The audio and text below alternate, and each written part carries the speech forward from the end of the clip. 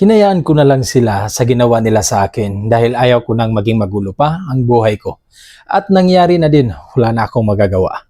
Magandang araw po sa ating lahat. Samahan niyo po akong bigyan ng payo ang ating sinder na si Roy at narito ang mensahe niya. Idol, magandang araw po. Tawagin mo na lang akong Roy from Danau, Cebu, 34 years old na may isang anak na idol at kasalukuyang nagtatrabaho bilang isang seaman. Napanood ko idol yung mga video nyo po at may mga part na napahanga nyo ako sa mga payo nyo idol. Ganun din po ako idol, may problema din po ako ngayon. Kakasampa ko nga lang ulit dahil nga po sa nangyari sa asawa ko, biglaan po akong nakauwi nitong nakaraan. Dahil nga yung misis ko ay nagdalang tao at yung nagiging lalaki niya ay isang pulis idol, may mataas pa na ranggo. Kasal kami ng misis ko idol, pero yun nga hindi ko akalain na magawa niya ito sa akin. Pero nangyari na kaya wala na akong magagawa. Ayaw ko na rin na maging magulo palalo ang buhay ko.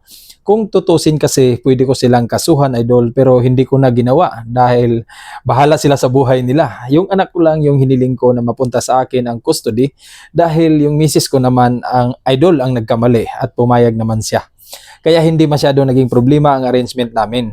Buti na lang idol at yung mga ibang property na nabili ko, nakapangalan sa akin yung iba. Sa ngayon idol, hinayaan ko na siya doon sa bago niya. Binata naman po yung tao na magiging tatay ng anak niya ngayon. Sobra akong nalungkot sa nangyari idol. Masasabi ko talaga na ang kasal ay isang papel lang talaga. Walang assurance na hindi kayo maghihiwalay. Idol, ano kaya ang may payo mo sa akin? Tama lang ba na hindi ko sila kinasuhan, idol? Thank you in advance po at pagpasensyahan nyo na rin po yung kunting tulong ko po sa iyo, idol, para pambili nyo po ng kape. Okay? Magandang araw din po sa inyo, sir. Salamat sa tiwala nyo po at sa mensahe. At salamat na din po sa pangkape, sir. Nag-abala pa po kayo. Hindi naman po ako nanghihingi. Pero ganun pa man, maraming salamat ulit, sir. Diretso na tayo sir dito sa sinabi mong tama ba ang ginawa mo na hindi sila kinasuhan.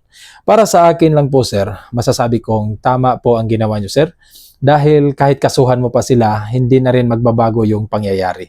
Sayang lang po ang oras nyo sir para sa napakahabang proseso sa pagsampa mo ng kaso sa asawa mo tapos wala din namang mangyayari kung may pakulong mo ito. Pero ulitin ko po, ito ay akin lamang kasi sa iba talagang ginakasuhan nila ang misis nila kung nakagawa sila ng ganito. Depende kasi yan sa sitwasyon sir. Yung iba dahil sa galit nila para makaganti sa misis nila, kinakasuhan na lang nila at ito naman ay pinapayagan sa ilalim ng ating batas. Lalo na't may ebidensya ka para patunayan ang kasong ito. Pwedeng-pwede kang magsampa ng kaso. At sabi mo sir, kaya hindi ka na lang nagsampa ng kaso dahil ayaw mo nang maging magulo pa ang buhay mo. Agree ako sa iyo dito sir. Masasabi kong isa ka sa mga taong may malawak na pangunawa. Nakikita mo na wala namang mapapala kung gagawin mo ito.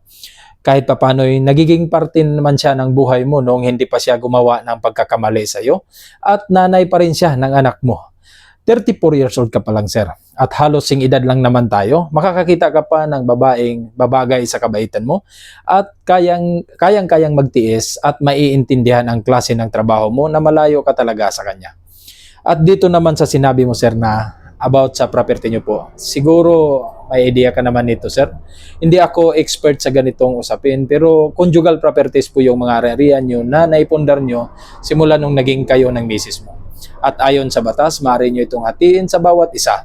Kung maghihiwalay kayo, depende sa sitwasyon at mapagkakasunduan.